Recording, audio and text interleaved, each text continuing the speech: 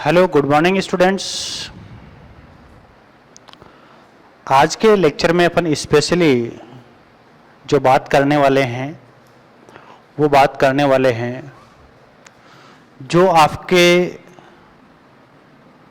द्रव्य विलयन होते हैं। क्या होते हैं? द्रव्य विलयन। उन द्रव्य विलयन का जो वाष्प दाब होता है उस वाष्प दाब के बात करेंगे। इसके अलावा अपन बात करेंगे, यहां पर एक हुआ करता है राउल्ट, या फिर इसको राउल भी बोलते हैं आजकल, राउल नियम। इन दो टॉपिक्स पे अपन चर्चा करेंगे आज। फर्स्ट ऑफ ऑल देखो, द्रव्य जो विलयन होता है उसका वाष्प दाब हुआ क्या करता है। देखो जनरली क्या है, मेरे पास एक पात्र है और इस पात्र में मैंने क्या कर लिया, मान लो पानी भर लिया। इसमें क्या भर लिया? पानी। तो पानी के जो कण है वो यहां से वाष्प में बनकर क्या हो जाएंगे, ये वायुमंडल में चले गए। कहां चले गए? वायुमंडल में चले गए। अब मैं क्या करता हूं, एक दूसरे पात्र में मैंने क्या कर दिया, इसको पानी का भरा है, लेकिन अब इसको मैंने क्या कर दिया है, कैप के थ्रू इसको क्या कर दिया, बंद कर दिया। अब कुछ टाइम के बाद मैं इस कैप को हटाकर देखूंगा तो कैप के अंदर की जो सतह है उस सतह के ऊपर मुझे क्या दिखाई देगी, कुछ पानी की बूंदें दिखाई देगी, कुछ पानी की बूंदें दिखाई देगी। यहां पर तो देखो एकदम खुला था, तो यहां से वाष्प में बदलने की जो प्रक्रिया है, ये प्रक्रिया यहां पर तो क्या होती है, लगातार चलती है। लेकिन यहां पर लगातार नहीं चलती है। कुछ समय बाद में अपने को ऐसा लगता है कि ये वाष्प में बदलना क्या हो गई है, रुक गई है। और रियल में तो रुकता नहीं है। यहां पर देखो ये वाष्प के कण है, तो यहां से वाष्प में बदलना और वाष्प से वापस द्रव्य में बदलना, दो क्रियाएं इसके अंदर होती है। ठीक है, यहां पर आपका क्या है, द्रव्य है, और इधर मान लो इसका कौन सी होगा, गैस। तो ये इसमें चेंज होना और इसमें चेंज होना, इसमें क्या हो जाता है कि साम्य हो जाता है। इस प्रोसेस को तो अपन बोलते हैं वाष्पन, और इधर वाले को अपन बोलते हैं संघनन बोलते हैं। ठीक है, यानी द्रव्य से गैस में बदलना तो वाष्पन हो गया। मैं पानी के रेस्पेक्टिव बात कर रहा हूं यहां पर, और यहां से वाष्प से वापस द्रव्य के अंदर चेंज होना क्या हो गया, संघनन हो गया। अब देखो ये जो आपकी सतह है, किसकी? द्रव्य की सतह। इस द्रव्य की सतह के ऊपर क्या करते हैं, ये वाष्प के कण यहां पर क्या करते हैं, दाब लगाते हैं। क्या लगाते हैं? दाब लगाते हैं। और ये जो दाब लगाते हैं इसी को अपन बोलते हैं वाष्प दाब। क्या बोलते हैं? वाष्प दाब। परिभाषा अपन क्या बनाएंगे? परिभाषा अपन ये बनाएंगे, किसी निश्चित ताप के ऊपर द्रव्य की सतह पर, द्रव्य की बूंदों के द्वारा या द्रव्य की वाष्प प्रावस्था के द्वारा सतह पर डाला गया दाब क्या कहलाता है? आपका वाष्प दाब कहलाता है। क्या कहलाता है? वाष्प दाब कहलाता है। दूसरी बात यहां पर देखो, ये तो बात होगी इसके अंदर में। अब मैं क्या करता हूं, मैं कुछ इसमें बदलाव करता हूं। क्या बदलाव करता हूं? देखो, मैं लेता हूं विलेय प्लस विलायक बराबर विलय। ठीक है, अब ये विलय है, इसके लिए दो बातें हो सकती है। पहला तो ये वाष्पशील हो सकता है, दूसरा ये अवाष्पशील भी हो सकता है। ये वाष्पशील भी हो सकता है, अवाष्पशील भी हो सकता है। ये वाष्पशील है तब तो कोई दिक्कत नहीं है यहां पर विलयन के अंदर में, लेकिन इसको मैं मान लेता हूं कि ये अवाष्पशील है। तो ऐसी कंडीशन में जो विलयन है इसका वाष्प दाब कम हो जाएगा। किससे? विलायक का जो वाष्प दाब है उससे, विलायक के वाष्प दाब से कम हो जाएगा। कैसे कम होगा? देखो, ये मैंने ले लिया विलायक, ये विलायक ले लिया यहाँ पर, ओके, इसको मैंने बंद कर दिया। तो इस सरफेस के ऊपर देखो जितने भी कण हैं वो सारे के सारे कण क्या होंगे, वाष्प में चेंज हो जाएंगे, और वाष्प में चेंज हो जाएंगे तो इसकी सतह के ऊपर दाब लगाने वाले जो पार्टिकल है या जो कण है वो यहां पर ज्यादा है। तो ऐसी कंडीशन में यहां पर दाब क्या हो गया, अधिक हो गया। लेकिन अब मैं बात करता हूं विलयन की। देखो विलयन में क्या है, विलयन की इसकी जो सरफेस है उस सरफेस के ऊपर अपन देखते हैं तो यहां पर देखो मैं इस तरीके से ले लेता हूं, इस तरीके से, यानी इस सतह के ऊपर जितने कण उपस्थित है वो सारे के सारे कण किस में चेंज नहीं होते हैं, वाष्प में चेंज नहीं होते हैं।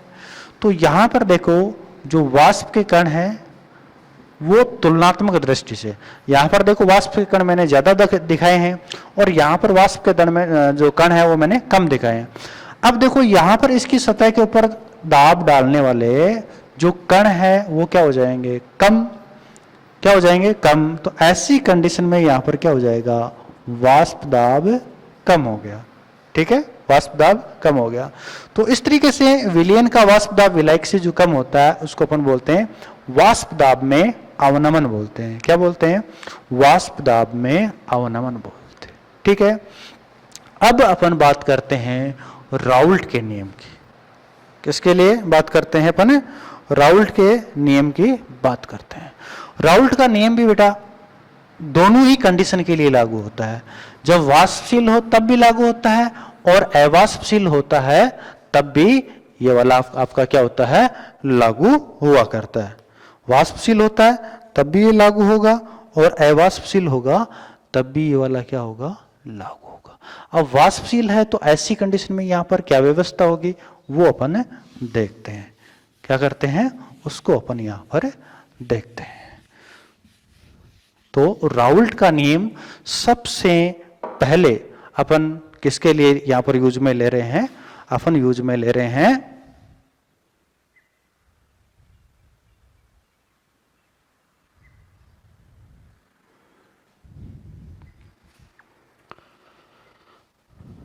वाष्पशील विलेय पदार्थ के लिए। किसके लिए ले रहे हैं, वाष्पशील विलेय पदार्थ के लिए,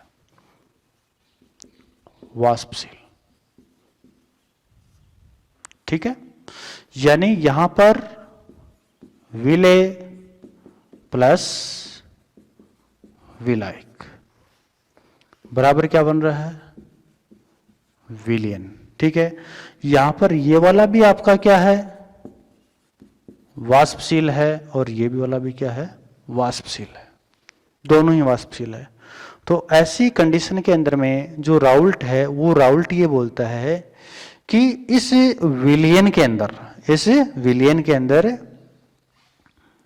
जो भी वाष्प दाब है क्या है, जो भी क्या है आपका वाष्प दाब है, ठीक है। यानी इसमें घटक हो गए अलग अलग, यहां पर ये बोलेगा कि प्रत्येक घटक का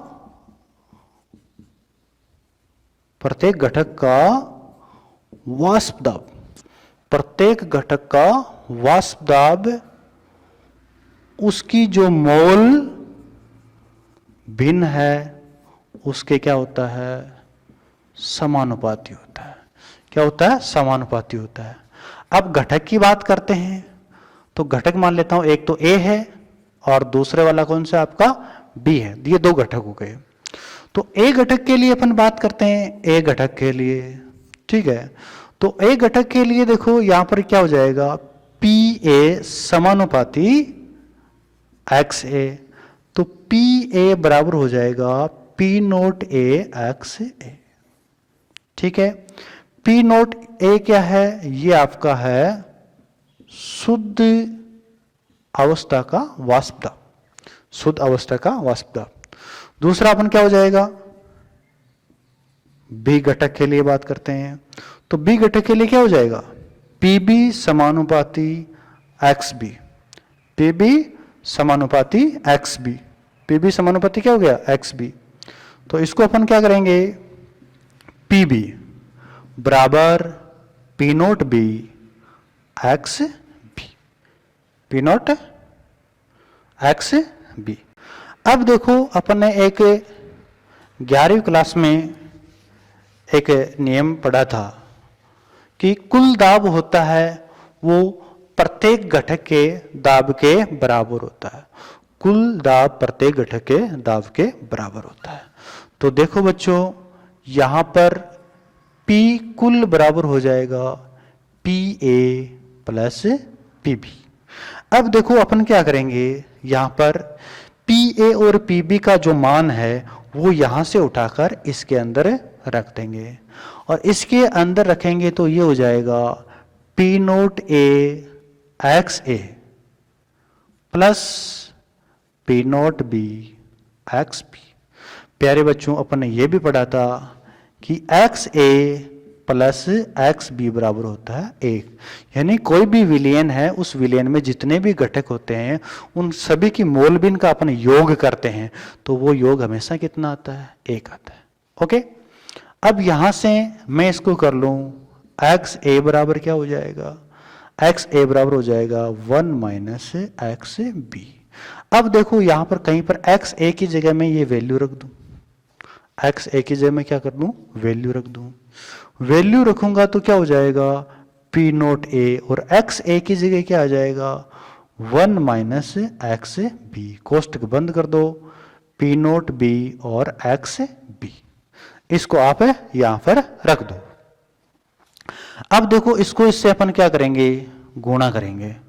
तो ऐसी दशा में क्या होगा, P note A minus P note A XB plus P not B XB, ये हो गया। अब प्यारे बच्चों यहां से देखो, यहां से जो कॉमन आ रहा है उसको अपन क्या कर सकते हैं, कॉमन ले सकते हैं। कॉमन लेंगे तो क्या हो जाएगा P note A, P note A, ठीक है। यहां पर P नोट A, अंदर क्या रह गया आपका P note A plus P not B और XB। ये आपके पास में क्या आ गया, एक समीकरण आ गया। ये हो गया P कुल। ये आपका क्या हो गया, गणितीय समीकरण हो गया किसका, राउल्ट के नियम का। किसके लिए, वाष्पशील विलययुक्त विलयनों के लिए। किसके लिए, वाष्पशील विलययुक्त विलयनों के लिए ये वाला हो गया। कई बार देखो ये वाला है, ये इस तरीके से भी दे देता है, P कुल बराबर P note A plus XB bracket. अब इसमें क्या लिख देता है वो, P not B minus P note A। समझे बात को, यानी बात तो वही कर रहा है। यहां पर P नोट A क्या है, माइनस का है, P नोट B प्लस का है। यहां पर देखो P नोट B प्लस और P नोट A क्या है, माइनस का। तो इस टाइप का भी आपको दे सकता है कहीं पर, तो इसका मतलब आपको कंफ्यूज नहीं होना है, कंफ्यूज नहीं होना है। समझ में आ गई बात, दोबारा बता देता हूं। देखो नियम क्या था, नियम ये था कि यदि वाष्पशील विलययुक्त विलयन अपने पास है, वाष्पशील विलय युक्त विलयन अपने पास है, तो प्रत्येक घटक का जो वाष्प दाब है उसकी मोल भिन्न के समानुपाती होगा। मान लो घटक अपन ने A और B दो मान लिए, तो देखो इसका वाष्प दाब क्या है PA और इसकी मोल भिन्न क्या है XA, तो PA समानुपाती XA हो गया। यहां पर इसको उठा देंगे, ये शुद्ध अवस्था का हो गया। सेम इसी तरीके से ये आ जाएगा, P कुल PA प्लस PB होता है। इन दोनों की वैल्यू अपन ने रख दी। यहां से अपन क्या करेंगे, X A की वैल्यू है, इसको अपन पुटअप करेंगे, मल्टीप्लाई करेंगे, ये आ जाएगा। फिर इसको सोल्व करेंगे, ये आ जाएगा, ये आ गया। इसको अपन इस तरीके से भी क्या कर सकते हैं, प्रदर्शित कर सकते हैं। अब दूसरा है कि यदि आपके पास में विलेय पदार्थ है, वो विलेय पदार्थ कैसा हो, अवाष्पशील हो, तो ऐसी दशा में राउल्ट का नियम कैसा होगा वो देखो। अब अपन बात करेंगे अवाष्पशील विलय युक्त विलयन के लिए राउल का नियम, वो अपन करेंगे। देखो भाई सेम अपन वही चीज अपन यहां पर देख रहे हैं। देखो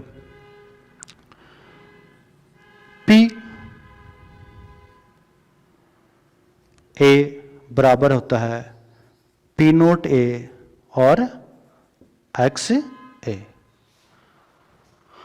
दूसरा पी बी बराबर होता है P not B X B. अब देखो मैं यहां पर ये बोल देता हूं कि जो बी घटक है आपका क्या है, बी घटक है, ये आपका अवाष्पशील है। ये क्या है, अवाष्पशील है। कौन, बी घटक अवाष्पशील है। समझ गए बात को। तो यहां पर देखो पी कुल की अपन बात करते हैं, किसकी बात करते हैं, पी कुल की बात करते हैं अपन। तो ऐसी कंडीशन में देखो ये क्या हो जाएगा, इसके अंदर में देखो ये हो जाएगा पी नोट ए एक्स ए प्लस, या इसको अपन सॉल्यूशन भी मान सकते हैं, पी सॉल्यूशन। क्या मान सकते हैं, P solution. P B not और एक्स बी। देखो बच्चों इसकी वैल्यू तो यहां पर क्या हो जाएगी, इसकी वैल्यू यहां पर क्या हो जाएगी, 0 हो जाएगी।